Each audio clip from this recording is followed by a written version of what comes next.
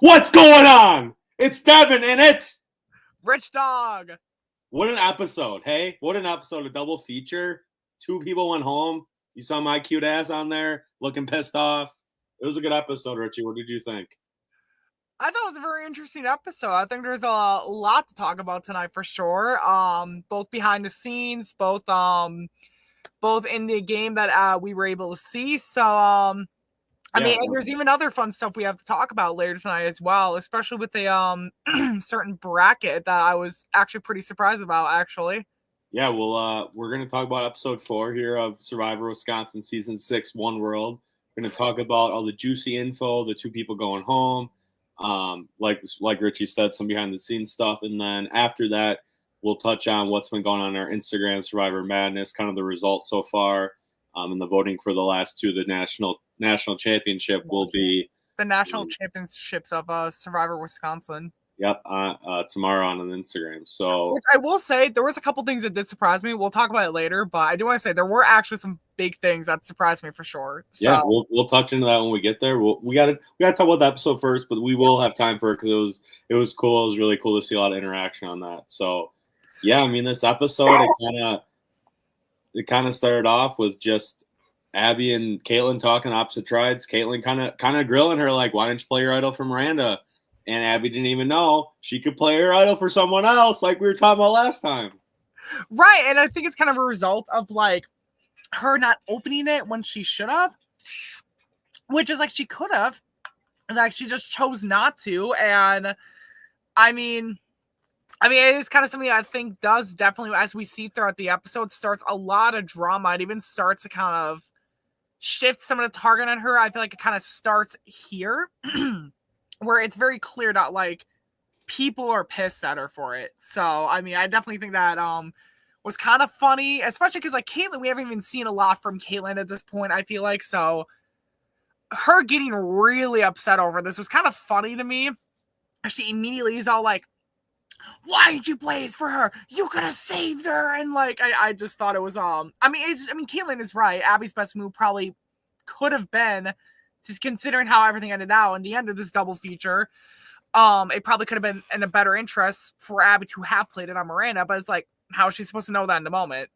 So exactly. But yeah, it kind of gets to talk of that. I believe that was one of the only few scenes before the challenge, correct? Yeah, that was pretty much it. And just kind of Christian was filming it, I believe, and just saying, "You guys feel good after, feel more united after voting Miranda out?" And they're like, "Yeah, we're ready to rock." That was pretty much it. I mean, it was more just about the idol thing not getting played and not played for Miranda. So you want to start off with the challenge, and then I'll chime in after you explain it a bit and stuff. Yeah, this was a fun challenge for. I'm saying that both sarcastically and realistically. Essentially the challenge is like a fun classic blindfold challenge. Essentially, there is one person who's a caller in each tribe, and everyone else is blindfolded. The caller has to direct people from behind a table, and they'll direct their blindfolded trimates to puzzle bags scattered out in certain areas in front of them. And then the blindfolded person has to bring the bag back. And then once the caller has all the puzzle bags, they have to solve the puzzle. The blindfolded people cannot remove their blindfolds at any part during the challenge. And we also told them that the caller cannot step out from behind their calling area at any point of the challenge. And that if either the blindfolded people or the callers disregarded these rules, then there'd be a 5-second penalty per every time it happened for that tribe. First tribe to essentially solve the puzzle wins immunity.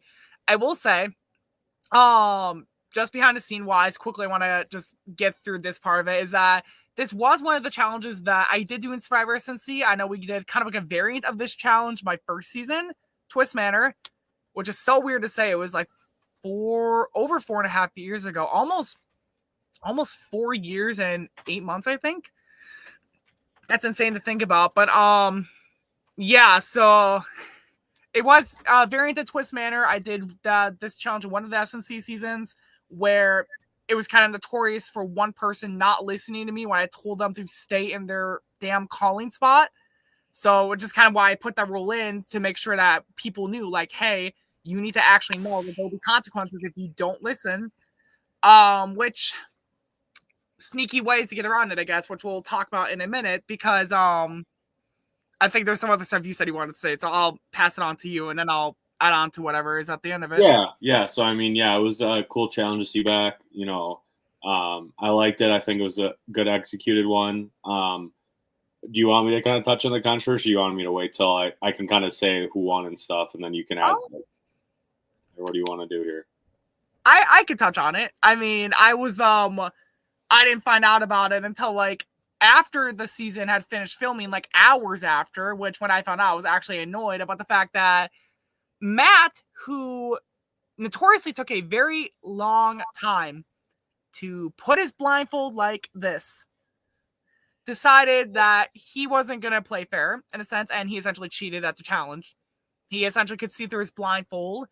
I wasn't fully aware of it. I will say that it's something that when I found out, I was actually annoyed at myself for not being fully aware of that, because during the challenge, one tribe Hygeia, because during the challenge, Hygeia is the one that gets their puzzle pieces together first.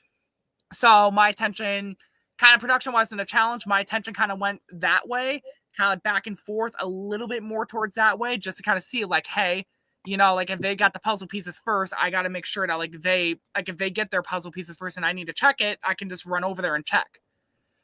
And during this time, Matt says, he's like, well, I can see it.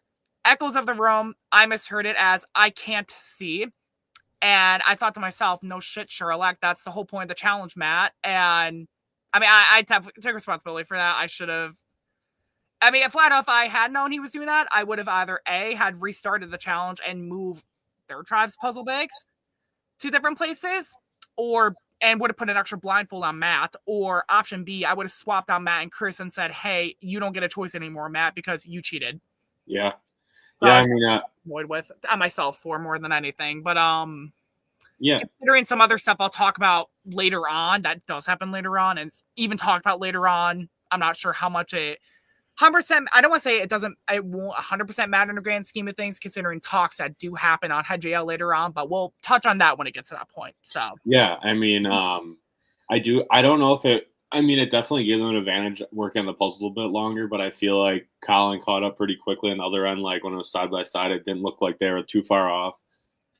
So yeah, I mean, I think the only way really around it was, Matt being honest about that he could see, and we don't know. I mean, not trying to like just like assume that the other tribe could see too, but we don't know if maybe one of them could see too and just didn't say anything. So maybe I think the only way around it with Matt, obviously Matt being honest about it, was if maybe we just had like actual blindfolds like in Twist Manor, maybe would have helped, I think. But at the end of the day, I thought we used bandanas that season too. I know that was a caller, so I wouldn't have known, but sorry, continue. Yeah, I bought those black ones that we all use for Twist Manor.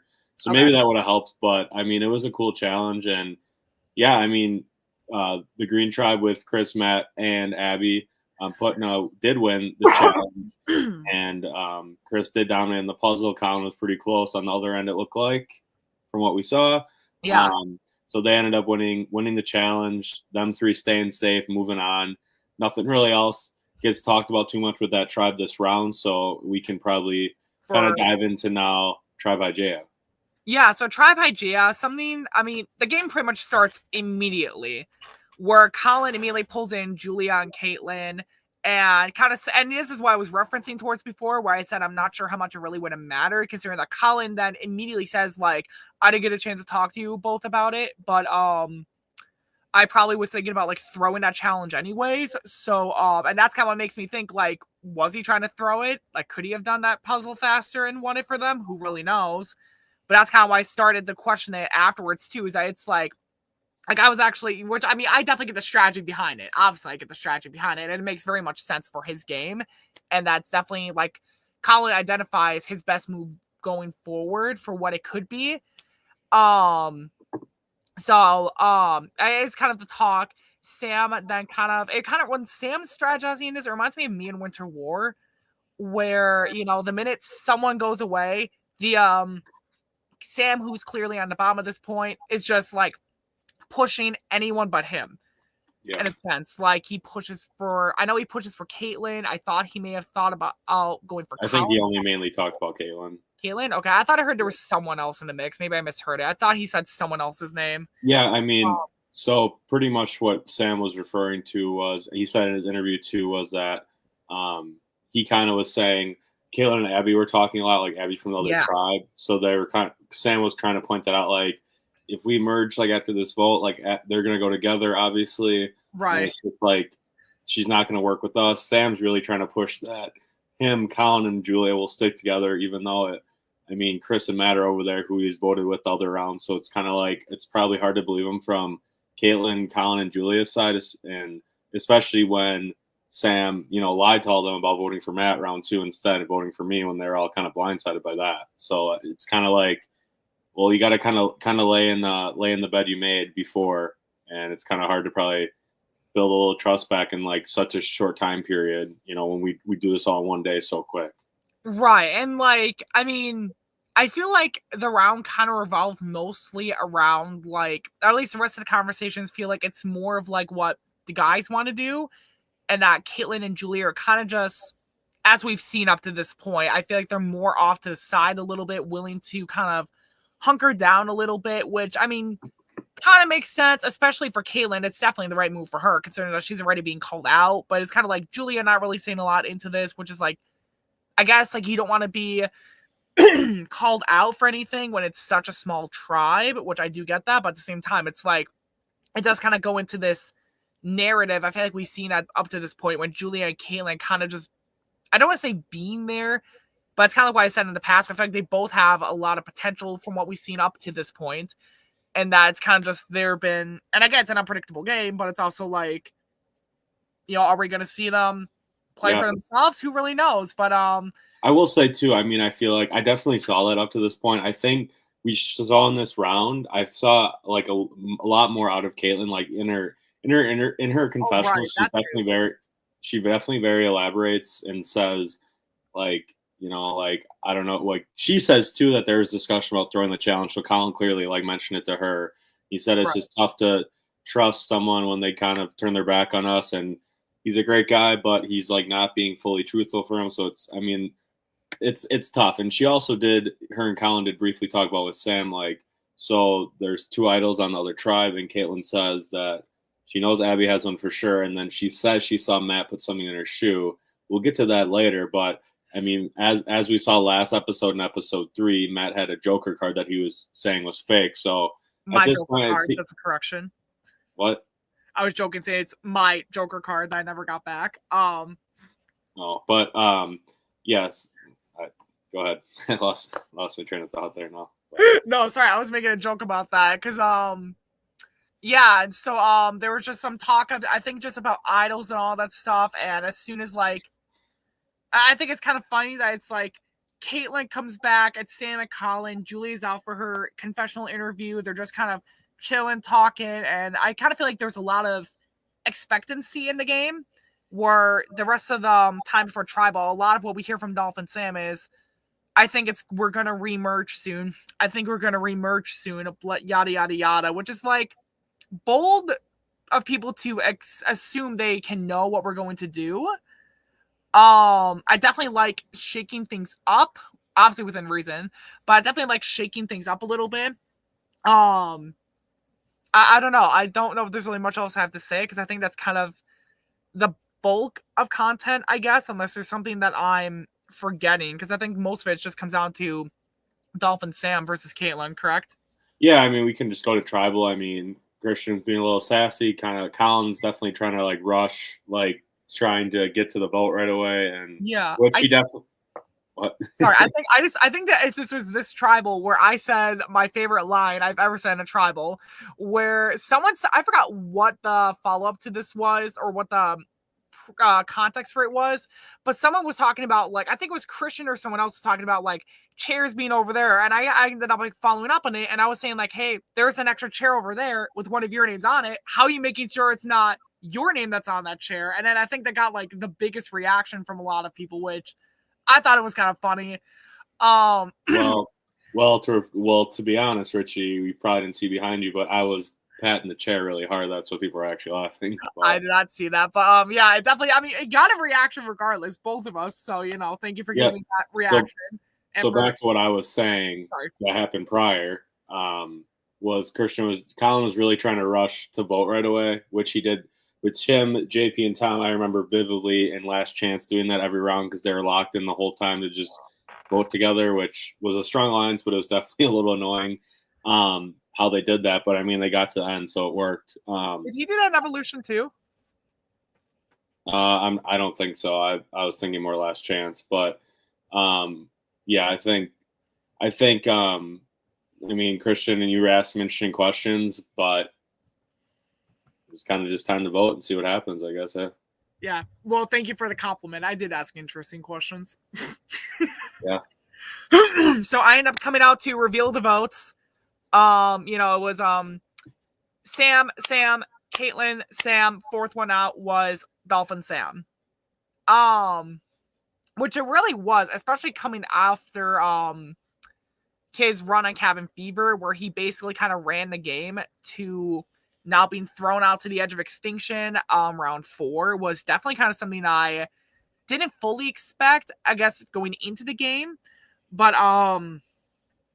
seeing kind of how it currently is at this point, like he still has a chance to get back in the game. He's on the edge of extinction. Yeah, I don't know. I do think it's kind of interesting. I think he definitely was, like, in his Edge of Extinction confessional, he seems like he was very well aware of, like, hey, I kind of expected this, like, type of thing. So, like, I don't think it was too much of a blindside. Any thoughts you want to add to it, Devin? Yeah, I mean, I grilled him when he got in there. I'll say that. Why didn't we see that, Devin? Huh? I was joking, saying, why didn't we see that? I know that no one recorded that, but that was probably the best part. But I just said, so why'd you vote for me? Bluntly, like, I was definitely pretty upset. I didn't say anything too bad, but I was definitely kind of grilling him, like, why'd you vote for me? Didn't really give me an answer. Then he admitted to me that Abby was their 4th vote when I got out. And then I just said, I'm like, hey, man, like, look, I was with you. Like, I wasn't turning on you anytime soon. Maybe if you keep me there, maybe I end up on that swap tribe with you. Maybe I would have had your back and it might have been a tie. Look where you are now, kind of. Like, I was kind of being a butthole, if you want to call it. But I was definitely, it was more just because I was mad. I mean, Sam's a great player, don't get me wrong. And then I did say, I'm like, obviously you got, I mean, we kind of, I guess we made up, not really, but I just like, yeah, I mean, you obviously just got tribe swap screwed. So right. There wasn't too much like in depth about that vote out. I mean, it was pretty like the easy vote to do, kind of like the bigger threat, not really with Colin and the Caitlin and Julia. I mean, we kind of just hear Colin saying, like, if we do merge next round or whenever we do, Sam's going to go back with Matt and Chris. He's not going to stay with us. Or Caitlin's going to stay with us most likely. And Caitlin, even, again, I will give her credit. I mean, she did bring up in her voting confessional to vote Sam out, saying, like, I can't trust him. You know, he didn't tell me. He did tell me that he wanted to go for Devin, but I didn't like that he turned on him so quick. So I think Caitlin had her reasons. We didn't hear a ton from Julia, unfortunately. I didn't really even put it in there because she didn't really say anything. Like, well, you want to know who Julia low-key almost reminds me of? Huh? Is Danny Boatwright from Survivor Guatemala, where she's at the reunion and she's all like, well, I didn't go under the radar, I beat the radar. Like, that's low-key. That's what Julia's reminding me of. Whether or not that says a lot for Julia's game and if she wins or not, we still have yet to see. But I do think it's starting to remind me a bit of that, where she's not exactly saying entire parts of her game as if she's trying to beat the radar. So, you know, who knows? So I think like she said, I think like she has said a few things. I think she's really trying not to step on anyone's toes. She has to, like, a few times, like, it's very like hostile a little bit, probably referring to how I got out and kind of my reaction, which I definitely think is fair. But yeah, I think that was kind of it for that vote. If we want to just continue on to, you know, the next phase where Christian kind of announces what's going on next in the. Yeah, I will say, I will say what the next thing happens is, and then kind of give a little context with this. So the next part, Christian kind of calls them out for saying, like, oh, well, you think you're gonna merge back. You think that the tribe stage is over, but guess what? We're not. It's not yet. And I will say there was a lot of initially it was funny because when we were planning this, there was a lot of different ideas for how long this was gonna go for. Initially, it was gonna be for like 1 round, and then we decided like 2 rounds, and then there was a very close last minute idea to go for 3 rounds. And it was something that I initially was kind of like, okay, like 3 rounds, I'm not 100% sure. But I mean, I was like, it could be interesting to watch depending on who goes to tribal, who loses on both sides, as you kind of had solid groups of 3 on both sides that I think did kind of make it interesting to see what happened regardless of what was going on. But essentially, at least for the time being, they're still in tribes, which definitely seemed to kind of get a reaction from some people later on, which we'll definitely talk to, because I think it was kind of funny. But yeah, I'll share should I share my 2 cents on with the tribes being 3 now, or should I wait till that part? I think you should probably just say it now. Yeah, let's get it over with. Yeah, I mean, without trying to be too mean, I think it's very dumb. You're good. I think without trying, I'm not trying to harp on you and Christian, and obviously, like, I'm gonna have because I'm a host, like, it's just like how I see it. But right. I think going on to 3 people on a tribe is just like, it is pretty bad, just because it's like there's really nowhere to move. Well, it is interesting, I will say that. I think it's just like, and this is just due to the 10 people cast. I mean, it is what it is, so right. I get that part of it. It's more just like, I think I liked going to tribes with 4 and 4. I thought that was cool. I probably would have done just 1 round. What I would have probably done if I was running, I would have done 1 round, and then if that, but then you can't predict if that tribe's going to lose again, because right. So it would. It's tough. I mean, I think going to 1 would have been cool, and then going back just to the merge again, and maybe you do something else. But it's definitely tricky with 10 people, and I mean, for me, I think with 3 people on tribe, it's just like there's not much room to maneuver, and like crazy tiebreakers could happen where you don't even know what to do. Like, for example, I mean, what if, not to spoil it too much, but what if a tribe of 3 all have idols? Then what even happens? You know what I mean? So it's kind of like, obviously that could happen with 4 too, but like, it's still just like, I think with 3 people, I think it's like probably never going to happen again in our Survivor, like that it would get down to that much. And like it could get down to 3, but like them actually voting with 3 people I just think it's definitely like over the edge a bit. And I mean, I just personally wouldn't do it, but it definitely, we'll talk about it. I mean, it definitely brought out like a really fun end of the episode though. So.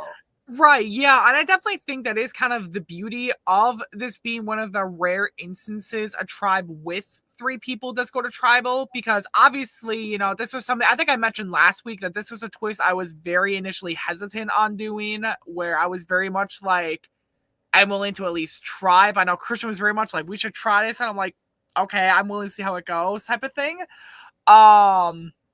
I mean, I think it definitely kind of went well for what we got out of it in terms of all the dynamics and drama we ended up kind of getting out of it. So yeah. And again, kind of it being like one of the only, I think it's one of the only, let me do the math in my head just to make sure. I believe it's one of only 2 times in Whitewater, Wisconsin, for the whole idol identifiers thing that we've actually had a tribe of 3 go to tribal council in the tribal stage. The other being Winter War, after I got voted off. Yeah. It was my lasting karma for them. Yeah, I can't remember. They did vote, right, with 3 people, Colin, Ness, and yeah, because it was Winter War, Targaryen tribe. Yeah. And it was Stibe and me who went out first, and then they went to tribal and voted off Casey. And then it was Colin and Ness after that point. And I do think it's kind of funny that like first time Colin played, he ended up on a tribe of 3. This time Colin plays, ends up on a tribe of 3. So I do think like that similarity I actually just thought of today. I thought was kind of funny. I think that was the last time we've seen it for a reason. Right, yeah. I mean, it's like there, but. Right, but I mean, even though it probably didn't like, it was probably definitely a wonkier idea to keep it a 3 tribe for this part of the game. I definitely think it was at least a special thing, as it's the second time it's ever happened. So I do think, and it definitely, again, later on, we see it involves a lot of interesting dynamics and a lot of very interesting ways that things could have went down. So with that, I think we should probably talk about the challenge list, or something else you want to talk about. No, I think I'll kick off talking about the challenge. I mean, I think it was really one of my favorite ones, always doing like something with Flip Cup. I mean, that's kind of a staple with our Survivor. We love it. I think that was great. Just a showdown, 3v3, best of 7. Let's just see who gets it. It was fun to watch. I mean, it was definitely a nail biter, and definitely would have been one I would have loved to participate in. Yeah, so essentially, I mean, the difference we had with Flip Cup is essentially instead of being individual, it was in tribal form. So 3 people on each side would go in the same round. And they kind of be like a succession of order. Like, so each round, all 3 people would have to flip their cups. When one person flips their cup, the next person can go. And the first tribe to get all 3 of their people to flip their cup first wins a point. And then it was like the first to 4 wins immunity. But then the order for who goes first and which group also changes with every round. So while round 1, person 1 went first, then person 2 in the middle went second, person 3 in the end went third. The next round, person 2 would go first, and it'd be person 3 going second, then person 1, and then so on and so forth, depending on the round and what happened. Which this I definitely really did like this challenge. This was really fun. I definitely thought it was a really fun challenge. You know, this is definitely one of my favorite challenges to do. Like I said, I think last week or a few weeks ago, I definitely wanted to have a lot of varied types of challenges, i.e. more so on like newer challenges that we haven't ever done and not repeating a lot of past challenges, but also to bring back challenges that if we did bring back past challenges, bring back ones that we haven't done in a long while, and like maybe even add like a little like new touch or twist to it. You know, so this is like the second instance of that this season. So I think it probably went well. Yeah, it was a good challenge.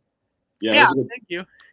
It was a good challenge. I mean, we saw it kind of going back and forth, and then right. Saw the only really thing to note before we'll reveal kind of who won was just kind of Christian said to Chris, like, well, I can tell you've been practicing since I beat you in the Final Four Showdown and Evolution, and then I showed a little flashback of Christian beating Chris.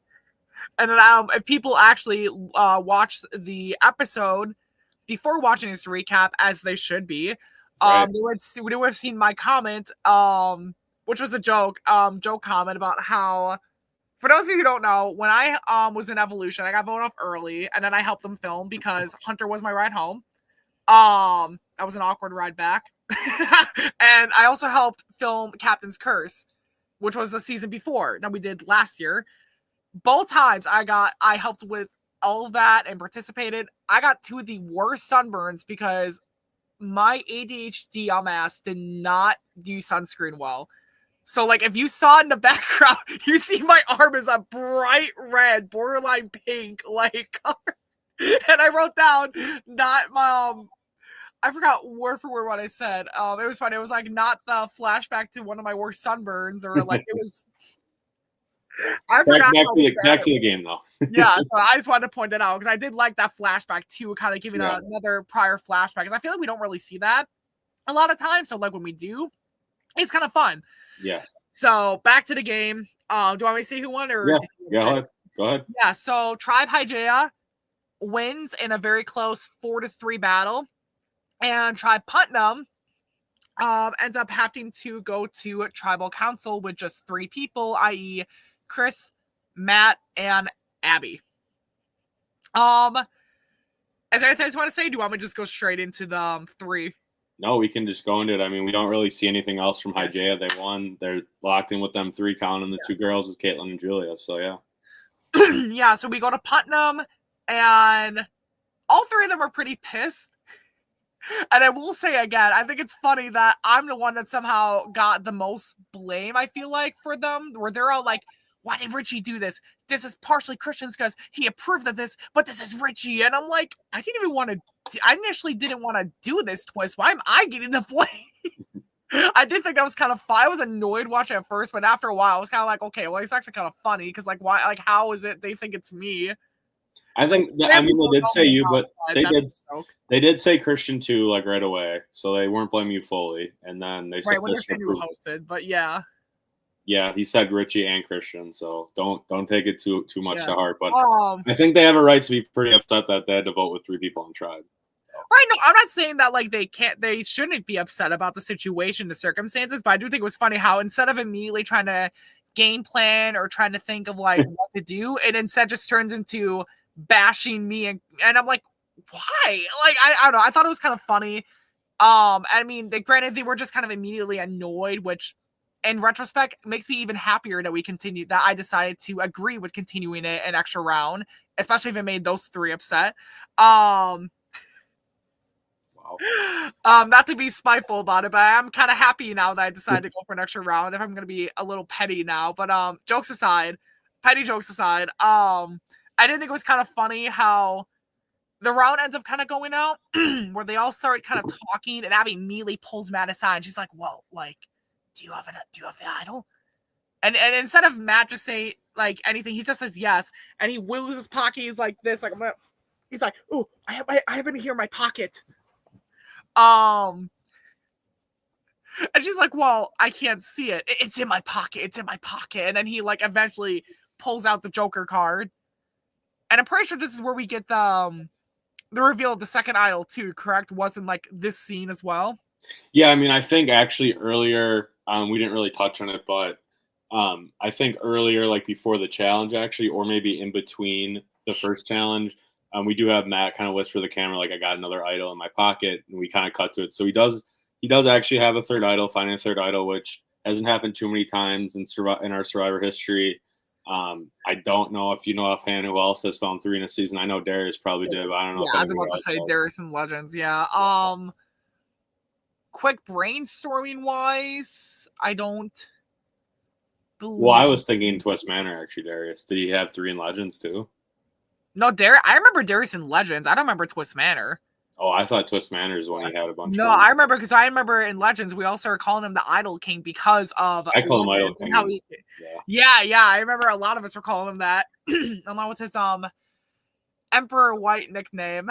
Yep. So yeah, Emperor White might have some competition now with idols. So right.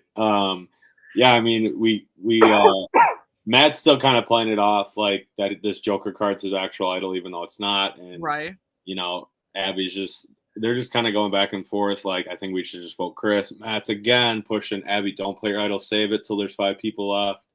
And Matt even says, because he's had an idol, he knows what it looks like. He says, "I have this Joker one, but you probably have the one that has a 6 on it." And Matt's like, "Yeah, I'd probably open it," because she still hasn't opened it for whatever reason. I don't know if she didn't know that she had to or what. I don't know if they weren't informed before the season. If I guess maybe we weren't, but so maybe that was partially why. I do kind of like that you guys let them just kind of figure out it on their own.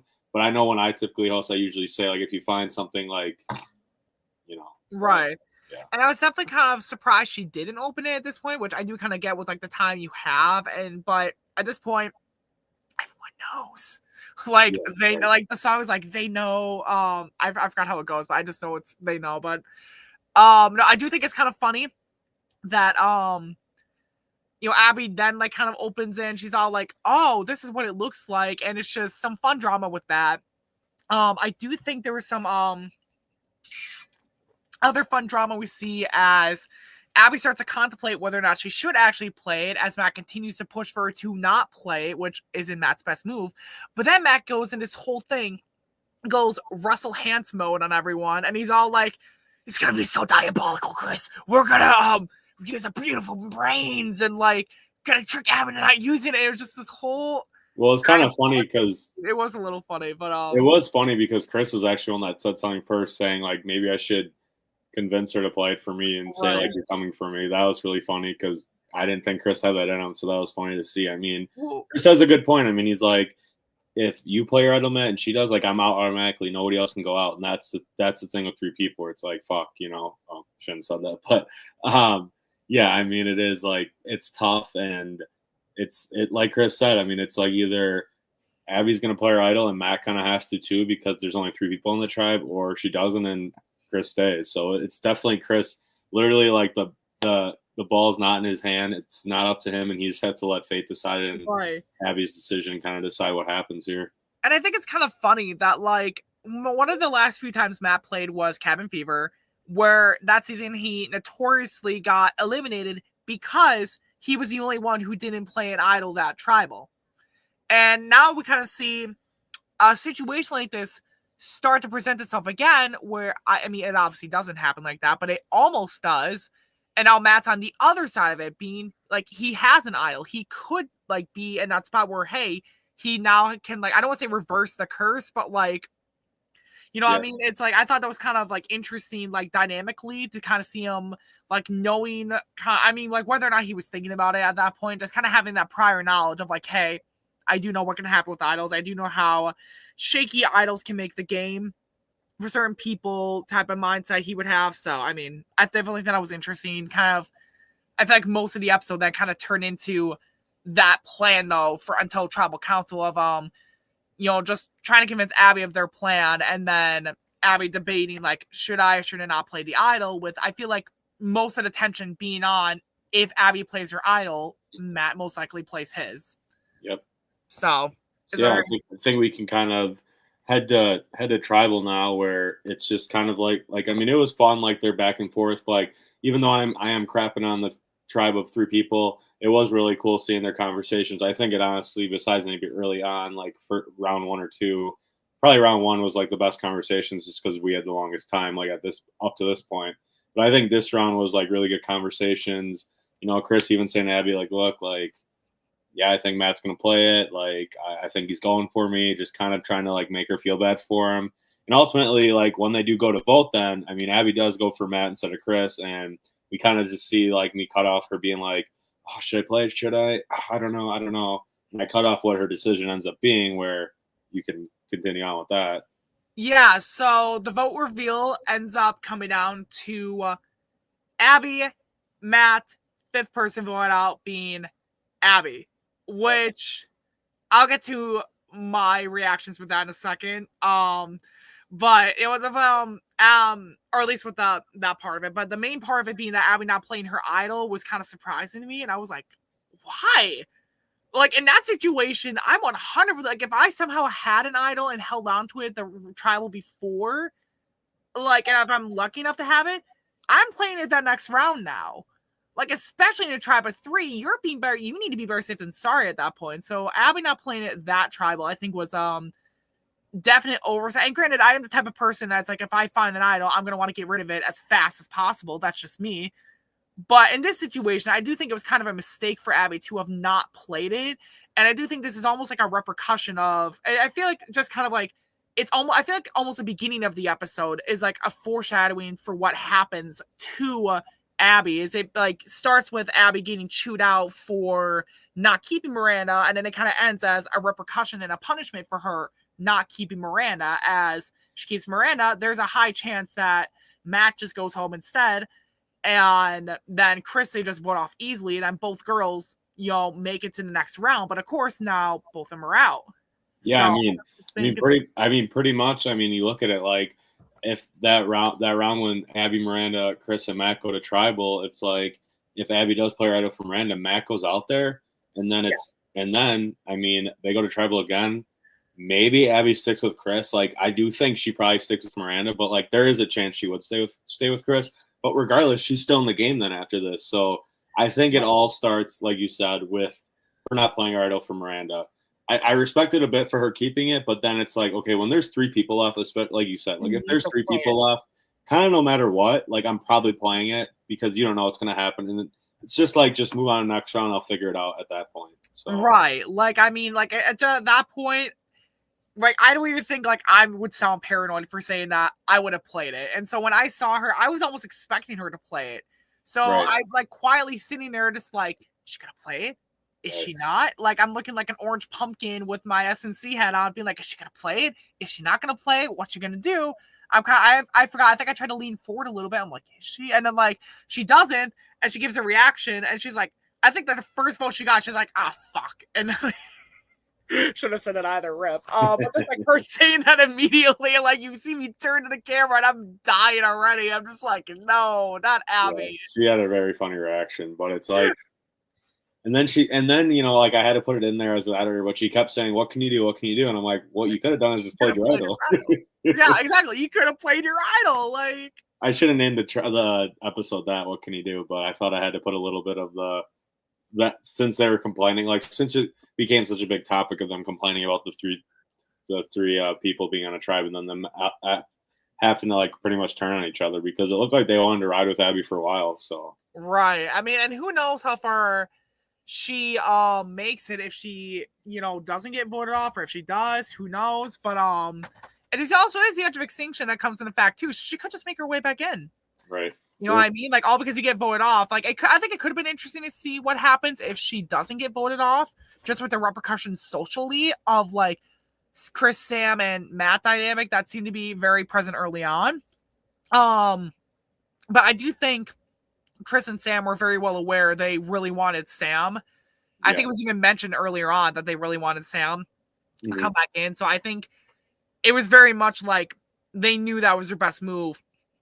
Sending Abby in and hoping Sam comes back through the comeback competition is what they were hoping. So at least that's how I saw it. So I definitely I mean, obviously they got to keep each other in, and then, but then like if Abby does play right, I mean, like even though Matt wants to stay with Chris, he's got to protect himself because odds are she's voting for him, and even if odds aren't, it's either him or Chris. It's self-preservation at that point. It's you or me. Right. You just have to play it. But I mean, I think it was a very fun episode. I mean, we did see a lot of strategy and a lot of devious moves by Chris and Matt, which was awesome. I mean, obviously Matt was at the forefront, but Chris was definitely playing his part as well. We saw more of it this time.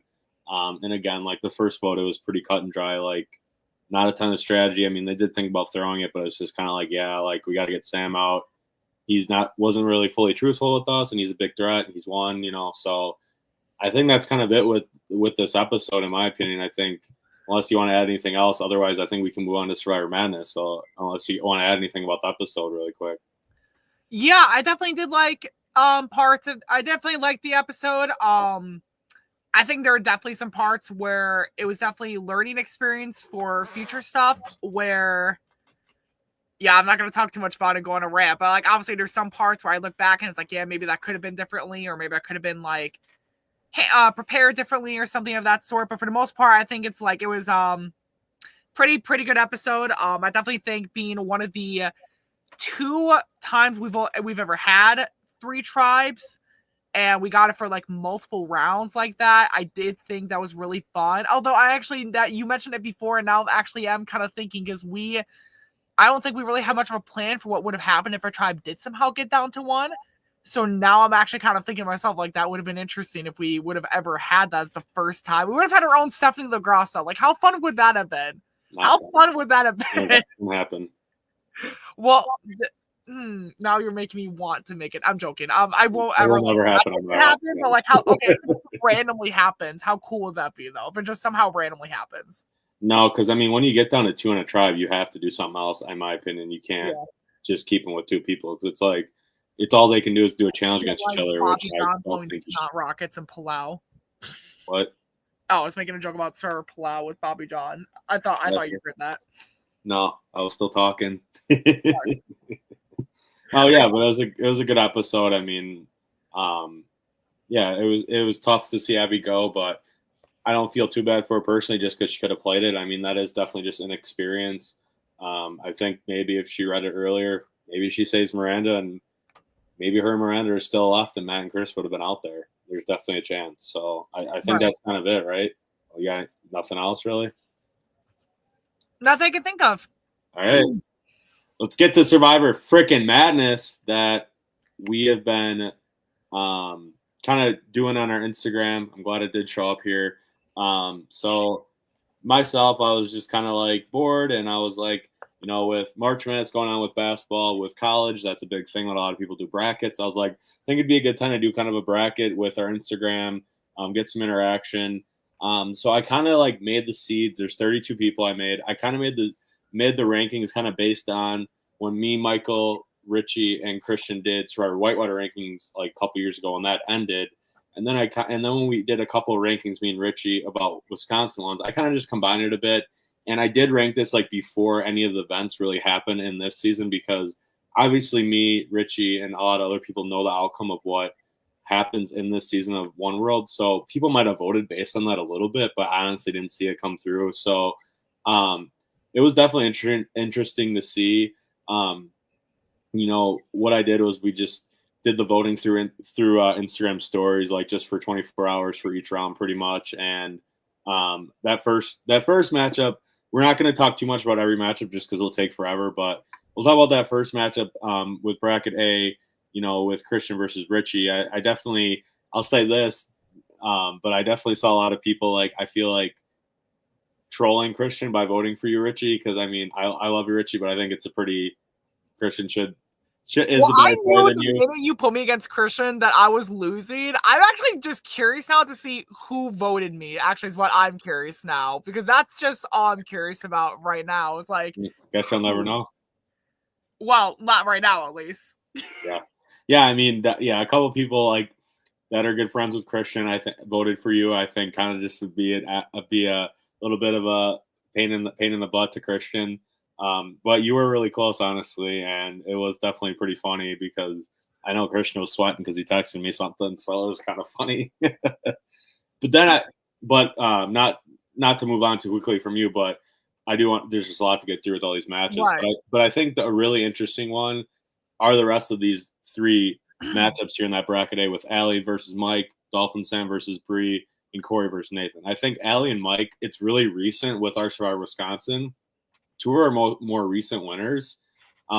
It's funny like how they matched up against each other. Allie, got voted off first kind of by Mike, and then she voted Mike out when she came back in the game and ended up winning. And then Mike comes back. In Evolution doesn't do great, but then he comes in Captain's Curse and has a very dominant win. I personally voted for Mike when I voted between the two. I think it's very, very close. I think they're both very good winners. There's still, for me, it's like I've said probably in the past, it's just Allie did get voted off first, so I do hold that against her a little bit. But I think they're really neck and neck, and it was a close vote. I mean, what are your thoughts kind of on that matchup between them? For just the Allie and Mike part of it, Yeah. I definitely think it was very interesting. Believe it or not, I did actually vote for Allie, if I recall correctly. I think I voted for her. I'm not 100%. I think I voted for Allie because I did think her social game was very interesting, and the fact that even though, yes, she did get voted off and had to come back in, I think for more of it, I think of more of what did she do in the game versus what did Mike do up to that point. And then thinking of Mike playing a very dominant game in Captain's Curse, sure, 100%, but it also is kind of involving the specific people that they played with, whereas in Captain's Curse, I feel like there was a lot of some good players that Mike was with, and then there were also some players like Colton and Delaney who were kind of just giving Mike the win at certain points, or we're just gonna go with what Mike won. Whereas with Allie, she had a lot of opposition that definitely could have given her a run for her money, like Corey, like Connor, like Liz, and even Ryan was stirring the pot at one point with his safety without power play, which is still one of my all-time favorite scenes, by the way.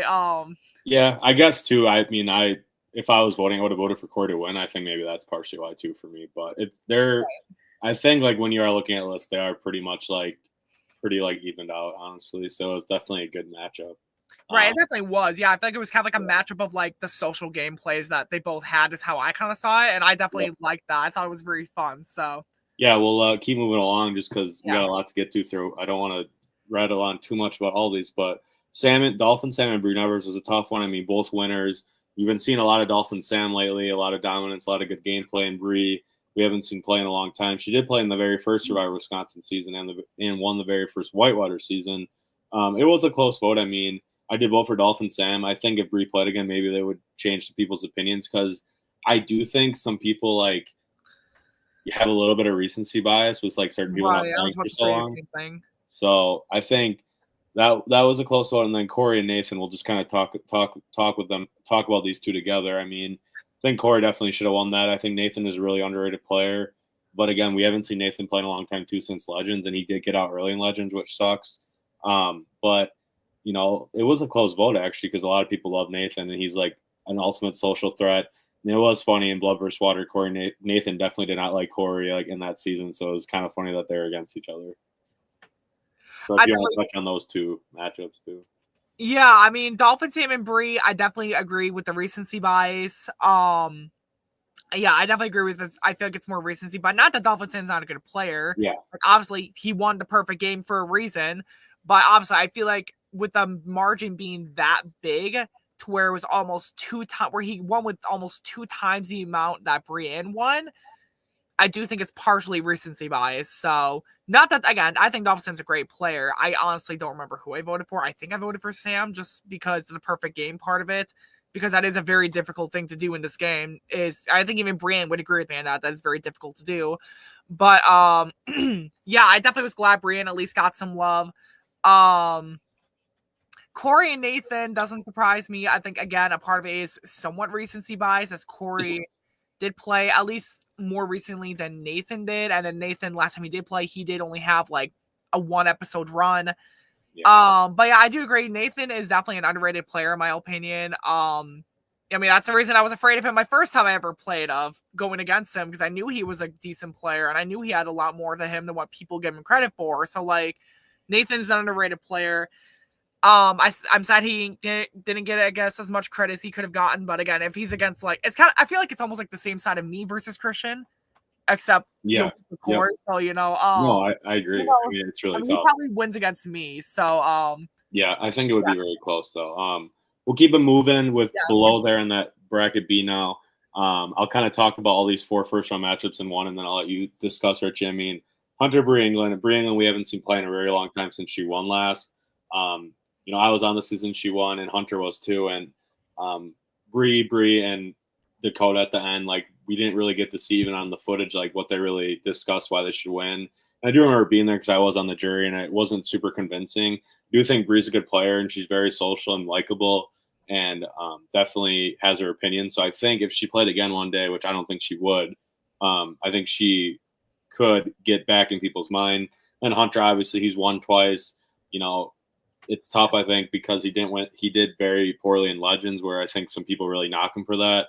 And then Twist Manor, I mean, we know the controversies with that, but he played very strong in Evolution and dominated that. So I mean, he definitely should win that matchup. Chris and Dakota is very interesting. I mean, Chris is a newer player, played very well in Evolution for his first time. He's playing pretty solid so far in One World.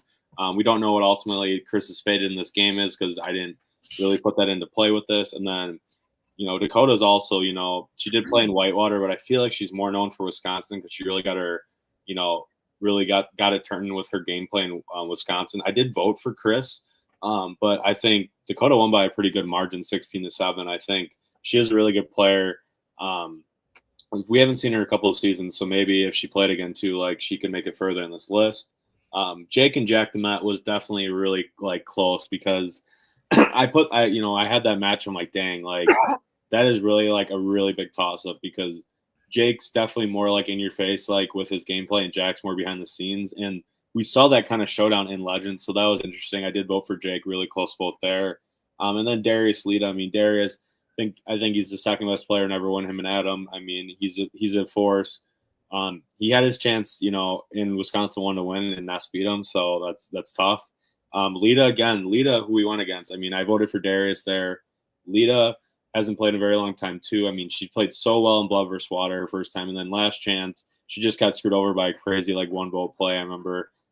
She's definitely someone, like, it would be insanely awesome to get her back one day. It's probably not going to happen, but again, like, would Lita be a better player than Darius? Like, even if she played more recently, probably not, but she is, like, so underrated too, and, like, definitely one, like, that I think people forget how good of a player she is. So you can touch on those 4 matchups now too. Yeah, for Darius and Lita Joe, because I'm gonna go with that first, because I forgot Lita went against Darius, and on my end the picture is covering up Lita Joe. Yeah, I mean, Lita Joe is, like, one of my favorite people. I think even he's one of my favorite people to have played the game. And I think I got a chance to finally meet her last year. It was like, Lita Joe's a really nice person, and she's super fun to just kind of be around, like, socially. I think she even proves that in Last Chance, that in a situation where she could have been potentially going out, had, her new swap tribe went to another tribal, which luckily they don't, but you never know. Who knows if she could have, but she probably does make it out of there, because it's Lita Joe. So let's be honest. In Blood vs. Water, I remember you put in this little thing in her confessional that said Richie's fan favorite, which I still laugh about. I think I screenshot that because I thought it was so funny. Lita Joe, again, I do agree with that. I would love to see Lita Joe come back. I was so excited. Lita Joe was one of the people I was initially excited to play with in Legends, before she was not able to do it anymore. Because I always thought she was so cool, like the tie-dye shirt vibes, the chill man, what's up vibes. Like, I was so excited. Moving on to the other ones, Jake and Jack DeMette, other people who I would love to see come back and play again. I don't remember. I know of Darius I voted for, obviously. It's because of his reputation. He is one of the best who have never won. Jake and Jack DeMette, I don't remember who I voted for. I want to say Jake, but I don't remember because it's been a hectic week and a half recently. So, but I mean, both, again, really great players, and I think we even saw a lot in Legends. We saw, like, Jake going, like, in your face, like, very willing to be more bold about it. And then Jack DeMette, although he's a more quieter version of Jake's game, I would argue they both play very great games, except Jake's more willing to be out there. Jack's really more toned down. And I'm starting to kind of question maybe, like, that's also part of it. Like, the more bold and loud people are with their gameplay, maybe that could have an emphasis on it. Like, not to study it too much from, like, that standpoint of an analytical wise. But Chris and Dakota, I'm not surprised with. Dakota has played like numerous times over the years, so I think a part of it's just that Dakota's more ingrained in people's minds, I guess, than Chris is, despite Chris playing more recently, which I think this is one of the only few times of the I believe it's called the privacy effect, which is the opposite of the recency effect, coming into play.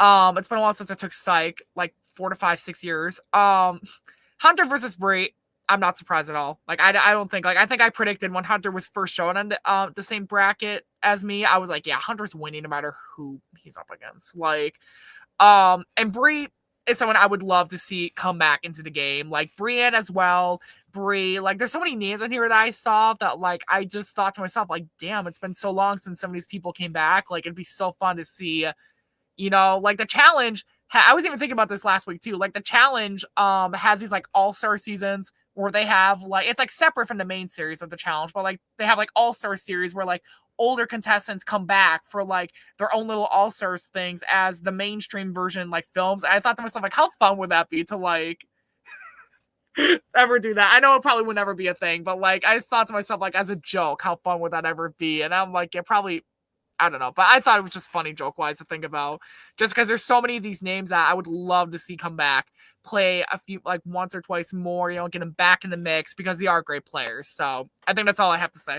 Yeah. This part of it, at least. Sorry I went so long. No, you're good. I mean, it's a lot to dive into. I mean, I'll just kind of go through the rest of this side of the bracket with Christian Hunter as the 1 seeds, because there's a lot of dominance. I mean, we saw Christian versus Mike. I mean, Christian kind of got Mike out when they played. I mean, it's not really even a conversation worth talking about. I mean, Mike is definitely one of our newer players that is definitely a threat, but Christian's like in the threat by himself. So, and then Corey, Dolphin, Sam, I thought was a funny matchup since they both played on the very first season together. That Corey ended up winning over you, Richie. But Sam's come a long way, and I think he's pretty much almost neck and neck with Corey. I think I definitely give Corey the edge. He's won. I think he should have won twice almost with Summer Solstice, but he didn't get the votes, so he didn't win. And Sam's definitely a force, but when push comes to shove, I'm gonna give that to Corey, and I think Corey is a bigger threat, and I think how he does with or without his friends though is definitely interesting, I will say. And then Hunter versus Dakota, I mean, it's the same thing like Christian versus Mike. I mean, Dakota's a good player, but Hunter's on another level. It's won twice, can't really argue that. And then Darius, Jake, that's definitely tough. Like, 2 of my best friends, and Jake's definitely played a very good game, and so has Darius.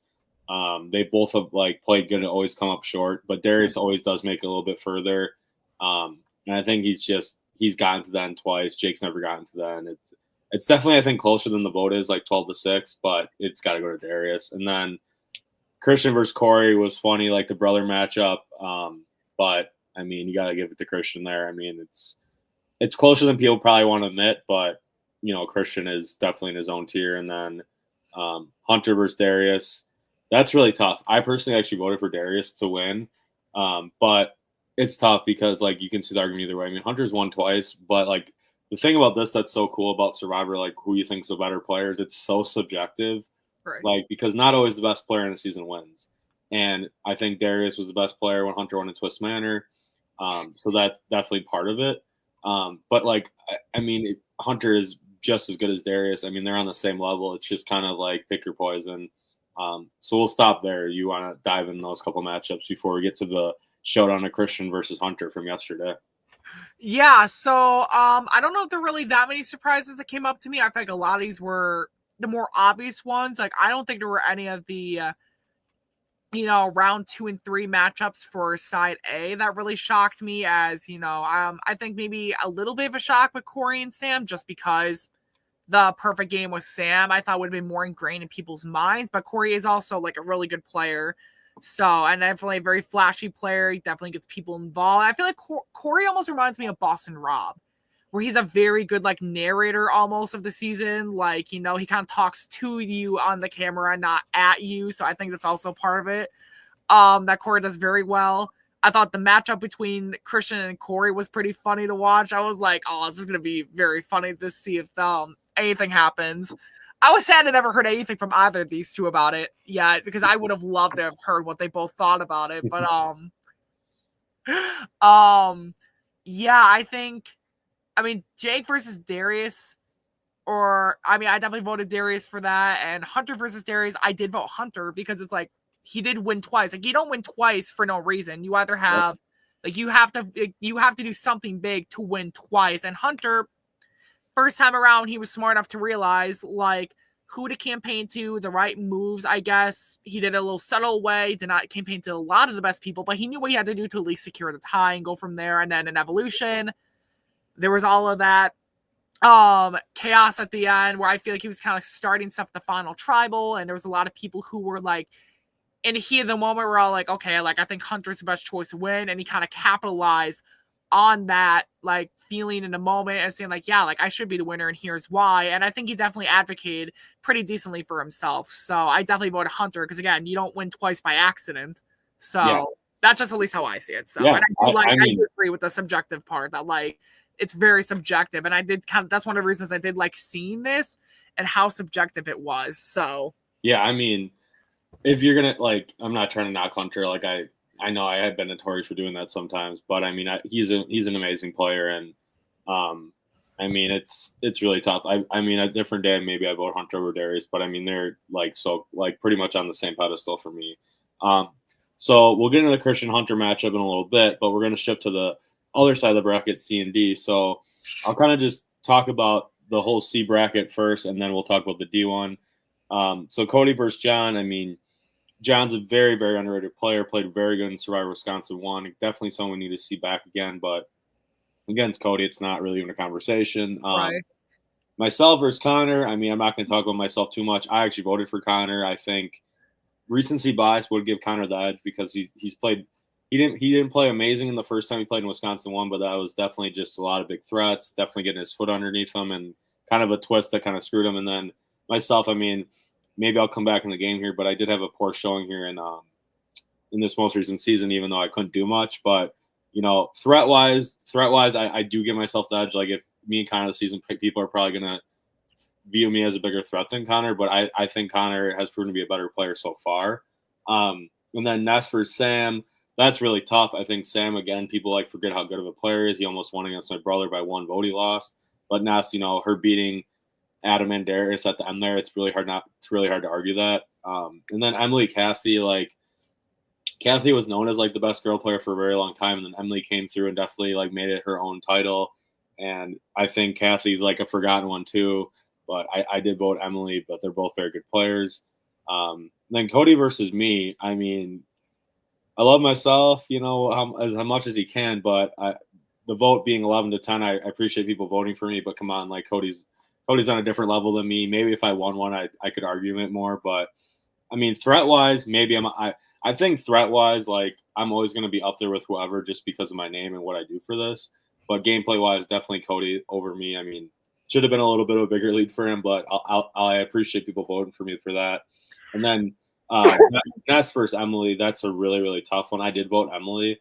I know she hasn't won, and Ness has. I just looked at, how good Emily played in Legends and Blood vs. Water with such big names. I know Ness did very well in Wisconsin 1 with a lot of big names, but that was such a close vote. I do think they're arguably the 2 best girl players right now, you can say. And then Cody versus the tough thing is and then Cody, I kind of knew he'd get there in a line slide over Ness or Emily just because of how dominant he is and how great he's played every time he's played. So that was kind of that bracket. If you want to jump in now and give your thoughts on just that bracket, see? Yeah, I mean, I'm not sure there's really a lot that really surprised me. I mean, I definitely agree with a lot with like Ness and Emily. Like when it came down to I think Emily versus Kathy, I think I voted Emily if I recall correctly, just because I do know like Em is someone who I think I've said for a while that I definitely would have voted for Emily if she made it to like if I was in Blood versus Water in a jury. There's a chance I voted for Emily, and I do kind of think that Emily partially loses because of a bitter jury, which although yes, you do have to remember the jury like when you are playing the game because you do have to get their votes in the end, and that's something that definitely made me lose. I feel like it was almost a Blood versus Water equivalent to me was seeing Emily lose partially due to some people in the jury being a little bitter about how they ended up with her in the game and that she lied to them, which is like it's a game about lying, but still. So I think I voted Emily if I recall correctly. I don't think there was really many that surprised me because I definitely vote Ness the next couple of times as well, just because Ness is a winner. I did say that I knew Ness had a lot of potential. Ness is very I do think Ness is a very underrated winner overall. Like, I think that's something I just will cap that part of it off with saying. Devin, I like to think this is the reason why I definitely got a couple extra votes and I probably should have gotten. It's probably the fact that I think a lot of it is because we do like comment a lot on what happens and people usually hear our opinions a lot. So I think a lot of it does kind of people see of like, oh, they are very aware of the game and what's going on around them in whatever way whatsoever, whether we're playing the game or seeing it from the outside, we're very aware of like, hey, this could be the best thing going forward. So I definitely voted for you. Not to boost any egos or anything, but like, I definitely was I definitely thought it was a very interesting matchup with you and Connor, especially considering like Connor's recent like rise up there in Summer Solstice a few years back. So yeah, I think that's all I have to say for this for part C of it. I think it is, right? Yep. Yeah. Okay, and then I'll touch on part D, and then so Adam versus Matt. I mean, we're seeing Matt putting on a show for us as viewers in this season.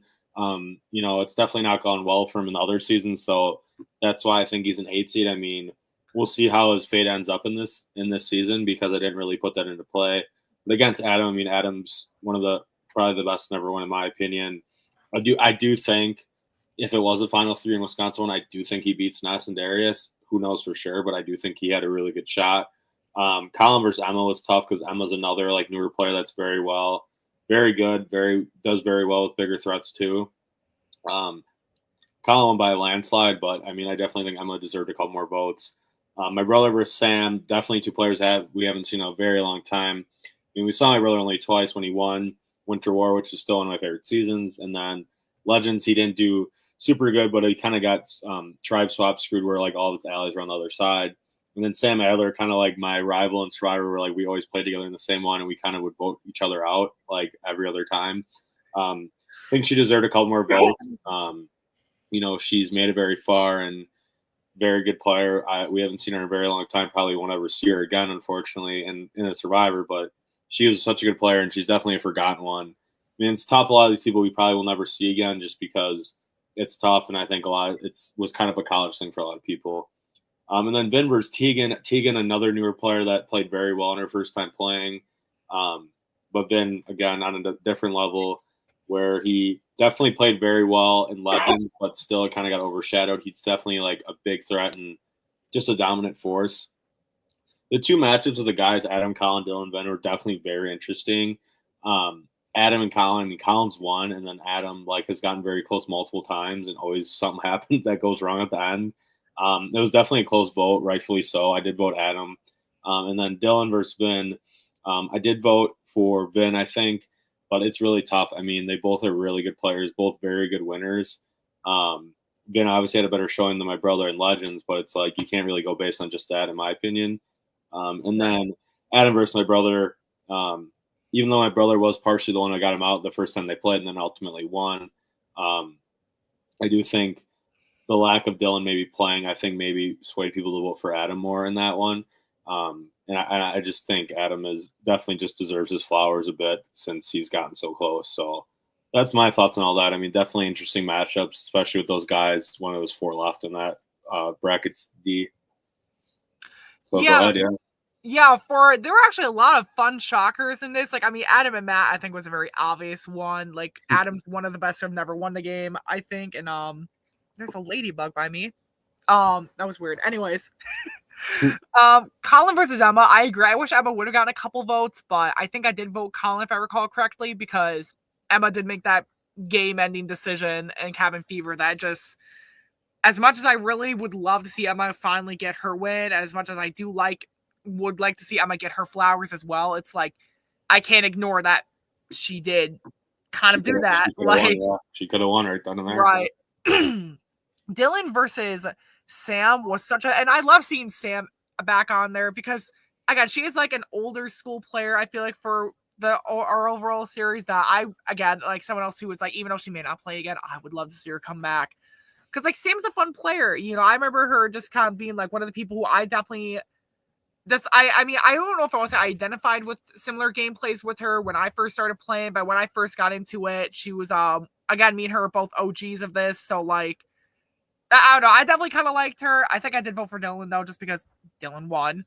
So not to even discredit Sam though, because she is one of the few people who has gotten to the finals twice, you know, and that's not, again, like Hunter winning twice, that's not something you do on accident. So and then Vin and Tegan, I wasn't surprised at the results, but this is going to be one of the biggest hear me outs you ever will hear from this. I voted for Tegan because I feel like even though Vin was someone who definitely, like, I'm not saying Vin doesn't play a good game. I do think Vin plays a very good game. The reason I did vote for Tegan is because of the fact that I do feel like she definitely balanced out a lot of her social and strategic games very well within Captain's Curse. She leaves a lot of options open for people wanting to work with her, whereas in Blood vs. Water, when Vin goes really far, there's a clear line of people who do want to work with them and a very clear line of people who don't want to work with them. And again, like I said with M, though I do think Vin plays a phenomenal social game, I feel like a good chunk of the reason why he won was partially anti-M votes, just as much as it was pro-Vin. It was just as much anti-M. And with Tegan, I think if Tegan does make it to the end, there's some of her friends who are in the game on the jury, so obviously that definitely impacts things a bit. But I do think there's also a lot of pro-Tegan votes for her game that she does play. So definitely a big hear me out with that. But I definitely think Tegan is a great player, you know? Like, I definitely am giving my flowers to Vin too. That was a very hard call for me to make with that, but I ultimately kind of decided on Tegan, especially for the fact that I did think she had a very great balance that we saw in Captain's Curse. I even allowed her to work with people who maybe a lot of people didn't think she would be working with. Like, when it got to the merge, I assumed Tegan was going to be like 9th, 8th, or 7th, depending on how they would have tried to take out the rest of Tegan's group. But then she ends up finding ways to, you know, survive just one more round until she eventually does fall, which is something I do have to knock her for. But, you know, like, Tegan does play a really good game, so I do have to give her her flowers with that. So, yeah, I don't think they're really...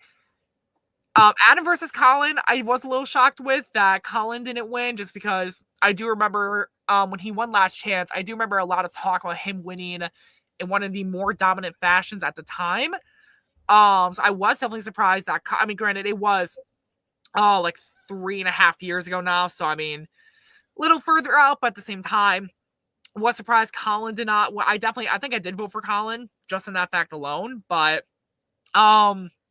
your cousin versus your brother would have been a funny matchup to see what would have happened. But yeah, I mean, seeing Adam get to the end doesn't really surprise me too much. Again, he is one of the best players who have never won the game. So if there's anything else you want to say, or do you want to move on to the next part? Yeah, we can move on to like the final four now, which is Kristen versus Hunter, and then Cody versus Adam. It's funny how all 1 seeds like all made it there. So I guess maybe I did rank them pretty well. But I mean, we'll start out with Cody versus Adam. I mean, I did vote for Cody. I do think the votes show like how close it is. I think, you know, if Adam wins one of these seasons, maybe you can argue it elsewhere. But, you know, Cody, every time he's played, I've played with him myself, and he's so good at it. And yeah. And then Christian versus Hunter, I mean, it's really tough because Christian, well, Hunter has won twice.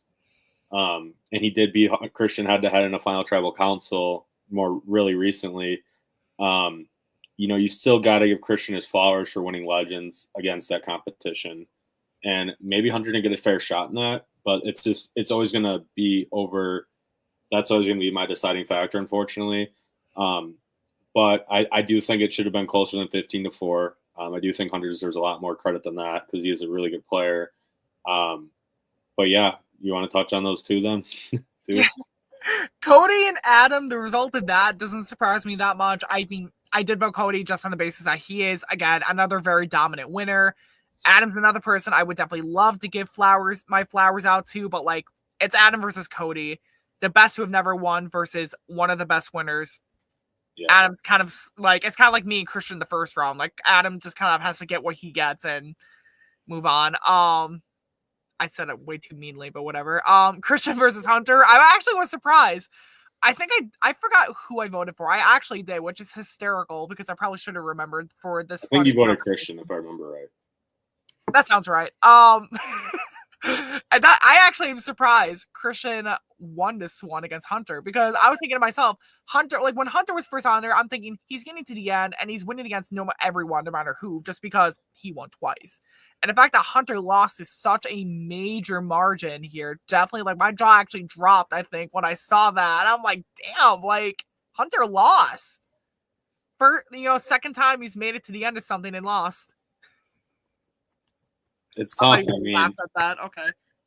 It's tough. I mean, I don't know. I mean, you could argue, like, Christian and Hunter should be at the end, but then Cody's, like, in the mix. It's really tough. I mean, I think they are like, pretty, like, arguable like top three like pretty easily, and they all did play in Evolution, and Hunter did beat them all, but it's tough. I mean, I think it's tough. It's really tough. I do think the vote should have been closer there, but this was just like fun that I did on Instagram just to get people like kind of talking and something to do with March Madness going on with brackets, and it is very subjective like how you rank survivor players. Like just because you win doesn't mean you're the best player, but sometimes because you won, you are ranked higher. So it is very, very subjective.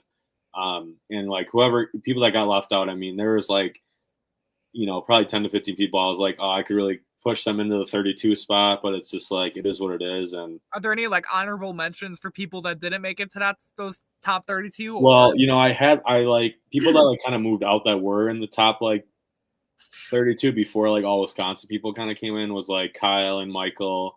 We're definitely two people that were in the list that got kind of like kicked out. Those are like two of the main people, I think. And then obviously like Bailey and Seth and Maggie, like people like that, and Stephanie and Steph. They were all like in 32. And I think just because they all like not all of them played like super well when they played, and some controversy with a season that Bailey won. I think, and then just all the Wisconsin people that have played more recent and I feel like honestly are really good at the game. Kind of kicked them out, unfortunately. But they're definitely like not far off from being on this list. So I mean, it was fun to see. And tomorrow we're going to do the voting of Christian versus Cody on Instagram. So that'll be really interesting to see how that goes.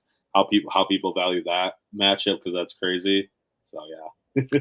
Yeah. Are there any predictions for who you think are going to win? Or I think based on how the Christian Hunter vote went, I do think Christian is going to probably win. But I do think it should be really close, like by like 1 or 2 votes, because I can't see the argument. But again, like Christian winning Legends, it's kind of hard to argue that, So right, like, and I mean, Christian definitely did play a masterclass game, and I think it's almost like the opposite of what I was saying before with like Ben or even like the Hunter in some parts of Twist Manor, where Christian definitely always put people on the jury with a good feeling about him on his way out. Whereas like he puts me on the jury early on, which yes, I was definitely upset at getting betrayed. It was definitely like I was very clearly like rooting for him the entire time. And I think he was definitely aware I was going to campaign for him to win, which, I mean, he was right.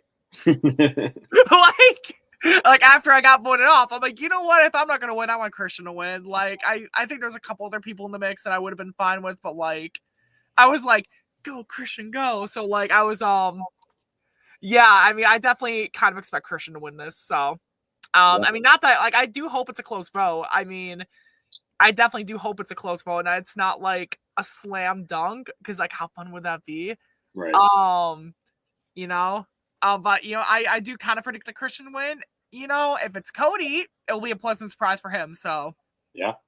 I think that's it with that. I just thought it'd be fun to kind of dive into a bit, since it's been like A lot of people have been talking about it, and a lot of people have been voting, which I appreciate. So all those people that are voting, you should be watching this season and watching our reactions to the episodes to get a little more in depth of behind the scenes and just kind of our analyst stuff on it.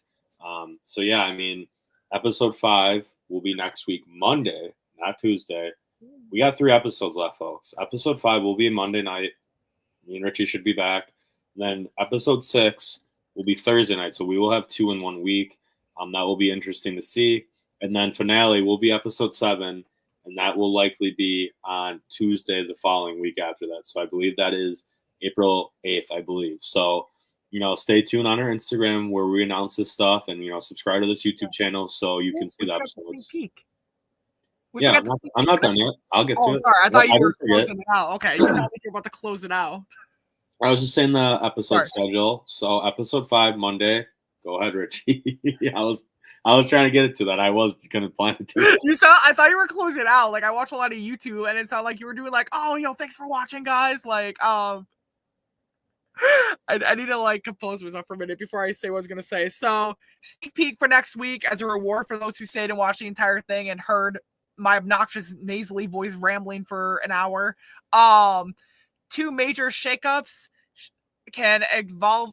Sorry, let me rephrase that. 2 major shakeups evolve the game even further and leads to a major showdown at Tribal Council, leading to a historic outcome. Going to be a crazy, crazy vote. Yeah, I'm not going to give too much, but are they going to go down to 2 on a tribe, or are they going to go back? We'll have to find out. And maybe, just maybe, there might be a comeback challenge, or are we waiting another episode for that? You're going to have to stay tuned. Appreciate you guys watching. Like and subscribe. Follow our Instagram, idol.identifiers, because that's where we announce everything and where you can vote for the championship of Survivor Madness. Thanks for tuning in, guys. Thanks for watching, guys. Have a great night.